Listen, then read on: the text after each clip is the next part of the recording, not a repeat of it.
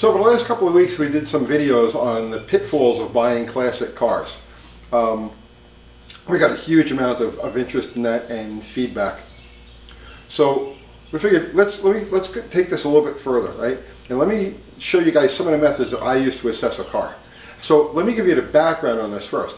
Back in the 80s and the 90s, I used to get paid by car dealers to go to the auctions with them and look at the cars as they were coming up, you know, on the auction block. And this was like an assembly line deal. And sometimes I had to look at 50, 75, 100 cars a day.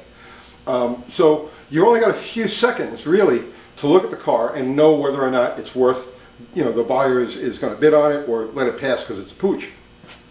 So you have to develop methods, you know, that are going to, you know, guide you, right?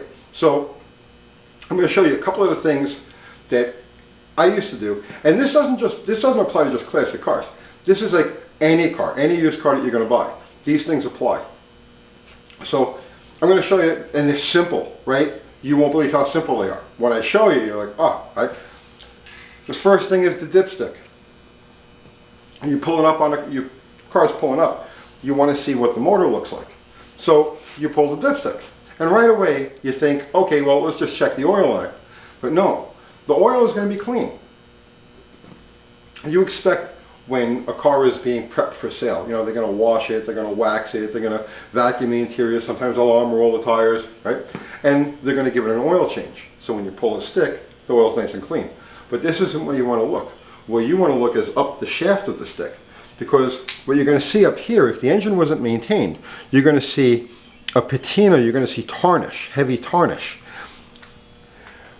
If you see that, you know that this motor went for 8, 10, 12, 15, 20,000 miles between oil changes. You know what? Let it pass. If you pull the stick and you see that this has been cleaned either with steel wool or sandpaper or anything like that, put the stick back in, walk away. If you pull up on an engine, if you look at the engine and everything is original but it has a new dipstick in it, walk away. It was replaced to deceive. The other thing that you want to look at, and this is important, like this is like, right? Okay. If you want to assess the running condition of the engine, not whether it knocks or anything like that, but if you want to assess the condition of the rings and, like I said, the efficiency of the engine, this is where you look. Okay. Now this is a Chrysler Dipstick, so it's got a very small area here. General Motors and Fords are a little bit larger. But if you look in this area and you see any sort of carbon buildup in there, you see any sort of like, you know, flakiness or chunks, okay, you can almost guarantee this motor is not going to make power the way it's supposed to. Now, let me explain how that works. And that has to do with the rings. As the piston comes to top dead center, right before it gets to top dead center, the spark plug lights it. The pressure in the chamber expands. And that pressure gets behind the rings. If you ever take the heads off of an engine and you see it's got that shadow around the top and the ridge, well, what that is, that's from the piston comes up, spark plug lights it, pressure rises, the pressure gets behind the rings in the ring lands of the cylinders, and it pushes out on the ring, and it creates that seal that pushes the piston down. If you've got an engine that has a lot of carbon built up in this area here, you can almost guarantee that the ring lands, the area behind the rings, are going to be filled with carbon, and because of that the pressure can't get behind it and it can't expand the ring. So the motor is going to be much less efficient than it would be. It's not going to be properly sealing. So that's the dipstick. Now along the same lines you can look at the oil cap. So if you've got an engine, let's just say, where everything is original all around it but it happens to have a new oil cap, run away. And here's why. If you take the oil cap off of an engine and you see that carbon and you see that crust built up in here, that's the same indication that the internals of the engine are going to be carboned up. If you pull an old oil cap off and you see that this has all been cleaned, again, you got a problem there. Somebody went out of their way to doctor it up. That's the quick underhood engine assessment. Now even further than that, and this really more applies to the classic car or the vintage car than it does to, you know, a typical car lot purchase, but, you know, across the board, as I said. When you're walking up on a car, again, like I said, it's normal for people to prep a car for sale. They're going to poof it as nicely as they can.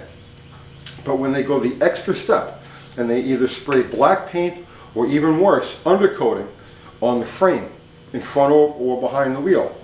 So you'll see this as you're walking up on the car. It means that there's fuckery afoot, especially if there's undercoating.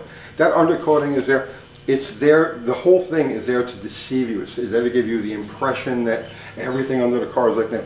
Now, of course, this doesn't apply if the car that you're looking to buy has been a frame-off restoration, or it's supposed to be an extremely low mileage, original type of car. This goes out the window. We're talking about the typical car purchase. If I'm walking up on a car and I see black, fresh black on the frame or in the fender wells, right away that raises every red flag. It sets off every alarm in my head. And instead of kind of like giving the car a casual once over, now I really dig into the little nooks and crannies, because the seller of that car is trying to hide something. Of course, if you happen to come across a car and it's got a pair of these Uncle Tony's Garage decals in the windows, you're probably good to go, because obviously the person who owns this car is a fine, upstanding citizen and would never even dream of doing anything underhanded. So keep that in mind. These are only $15 for $7.50 for a pair. They should be $15 for a pair. They're only $7.50 for a pair delivered to your door. But at any rate, that's it. I figured I'd just pass a couple of tips along to you. See you tomorrow.